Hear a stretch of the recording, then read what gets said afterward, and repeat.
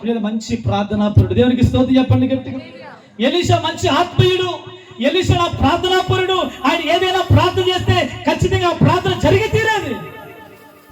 అందుకే ఒక రోజు ఎలీషా దగ్గర ఒక ఆయన పెద్ద ఆయన వచ్చాడు, సర్వ సైన్యాధిపతి. ఏ పతి చెప్పరు? ఏ పతి? సర్వ సైన్యాధిపతి వచ్చి ఎలీషా దగ్గర, అయ్యా ఇదిగో నేను కుష్ఠరోగంతో ఉన్నాను అన్నాడు. అంటే ఎలీషా అన్నాడు, అయ్యా సరే అయితే నువ్వు తిన్నగా వెళ్ళి ఇదిగో ఆ చివరి యోర్దాను నది ఉంది, ఆ యోర్దాను నదిలో చాలా కోపంతో ఉండడం అన్నాడు. ఎందుకంటే నేను ఎవరిని? నేను సర్వ సైన్యాధిపతిని, నా దగ్గరకు వచ్చి నా శరీరం మీద చెయ్యి వెయ్యాలి కానీ నన్ను వెళ్ళి అక్కడ ములగమంటాడని చాలా కోపం తెచ్చుకున్నాడు. నేనంటాను, దైవజనుల మీద కోపం కానీ దేవుని మీద కోపం కానీ ఉంటే నువ్వు ఎప్పటికీ దీవించవు. దేవునికి స్తోత్రం చెప్పండి. వెళ్ళాడు, కోపాన్ని తగ్గించుకున్నాడు, వెళ్ళి ములిగాడు. అంతే. ఎన్నిసార్లు ములిగాడు చెప్పాలి? ఎన్నిసార్లు? ఫస్ట్ ఒకసారి ములిగాడు, తర్వాత మళ్ళా లేచి చూసుకుంటున్నాడు, మళ్ళా ములిగాడు, మళ్ళా లేచి చూసుకుంటున్నాడు.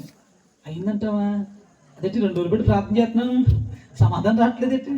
మళ్ళీ 3వ ములిగాడంట, 4వ ములిగాడంట. అసలు రవ్వంతైనా మార్పు కనబట్టలేదంట. చాలాసార్లు మనం ఇలాగే ప్రార్థన చేస్తాం. 4 రోజులు పెట్టి ప్రార్థన చేస్తున్నాను, అసలు దేవుడు కార్యం చేయడేంటి? 5 రోజులు పెట్టి ప్రార్థన చేస్తున్నాను, దేవుడు కార్యం చేయడేంటి? 6 రోజులు అయిపోయింది, దేవుడు కార్యం చేయడేంటి? దైవజనుడు చెప్పినట్లు నువ్వు చెయ్యగలిగినట్లయితే దేవుడు అద్భుతం నీ ఇంటిలో జరుగుతుంది. దేవునికి స్తోత్రం. ఆయన చెప్పింది 7 సార్లు, ఆయన మొలగమన్నది 7 సార్లు. ఆయన చెప్పినట్లు చేస్తే నీ దుఃఖముగా ఉండదు. దేవునికి స్తోత్రం చెప్పండి గట్టిగా. నీ అనారోగ్యంగా ఉండదు.